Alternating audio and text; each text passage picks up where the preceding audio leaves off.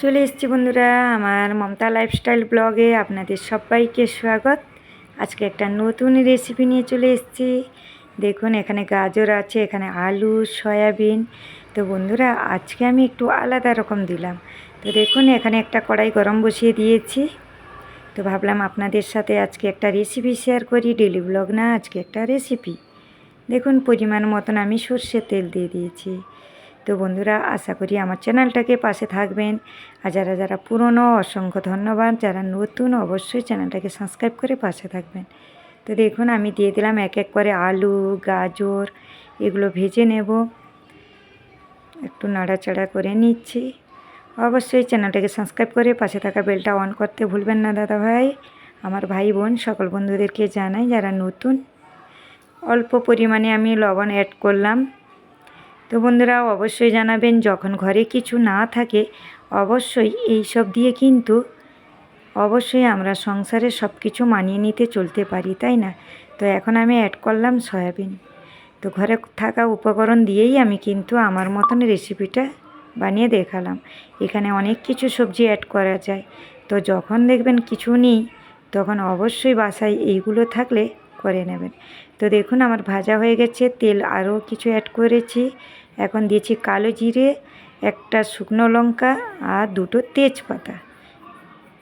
তো ভালো করে আমি মশলাটা একটু ভেজে নেব। আপনারা আপনাদের পরিমাণ মতন দেবে, আমি একদম সিম্পলভাবে বানাবো বন্ধুরা। তো এখন দিয়ে দেবো পেঁয়াজ কুচি আর কাঁচা লঙ্কা কুচি। একটু ভালো করে নাড়াচাড়া করে নেব। বন্ধুরা একটু আওয়াজ আসছে, আপনারা মাপ করবেন।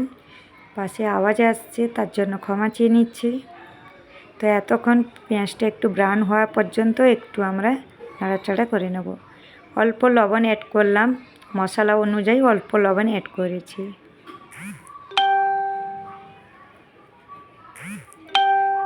তো দেখুন এখানে একটু আওয়াজ এসছে, মেসেজ এসছে বলে তো সবার কাছে ক্ষমা চেয়ে নিচ্ছি। এখন দিয়ে দিলাম রসুনের পেস্ট। রসুনের পেস্ট দিয়ে একটু নাড়াচাড়া করে নেব। আশা করি এইভাবে বানাবেন, বেশ ভালো লাগবে, হালকা একদম। এখন আদা পেস্ট দিয়ে দিলাম, অল্প জিরে দিয়ে দিলাম, জিরে পেস্ট দিয়ে দিলাম। সব কিছু দিয়ে একটু ভালো করে নাড়াচাড়া করে নেব। তো দেখতেই পাচ্ছেন আমি মশলা কিন্তু আমার পরিমাণ মতন দিয়েছি, আপনারা আপনাদের পরিমাণ মতন দেবে।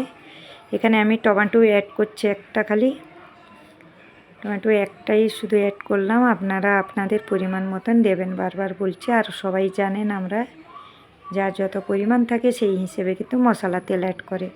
এখানে নিয়ে নিচ্ছি দেখুন ধনে পাউডার, জিরে পাউডার, লঙ্কা পাউডার আর হলুদ পাউডার। এখন একটু জল অ্যাড করলাম, জল অ্যাড করে আমি দিয়ে দেবো একসাথে। তখন জিরে বাটাটা আমি অল্প দিয়েছিলাম, তার জন্য একটু ভাজা জিরে কিন্তু আমি অ্যাড করলাম পাউডার। জিরেটা আমি ভাজা রেখেছিলাম তার জন্য একটু অ্যাড করলাম। তো পরিমাণ মতন জল দিয়ে দিয়েছি। দেখুন এখন কিন্তু মশলা হয়ে এসেছে, তেল বেরিয়ে গেছে। এখানে দিয়ে দিচ্ছি সানলাইকের গরম মশলা। আপনারা কিন্তু আজকাল জানেন যে সানলাইকের গরম মশলা কতটা ফেভারেট, আর সানলাইকের সব কিছু মশলা কিন্তু বেশ দারুণ।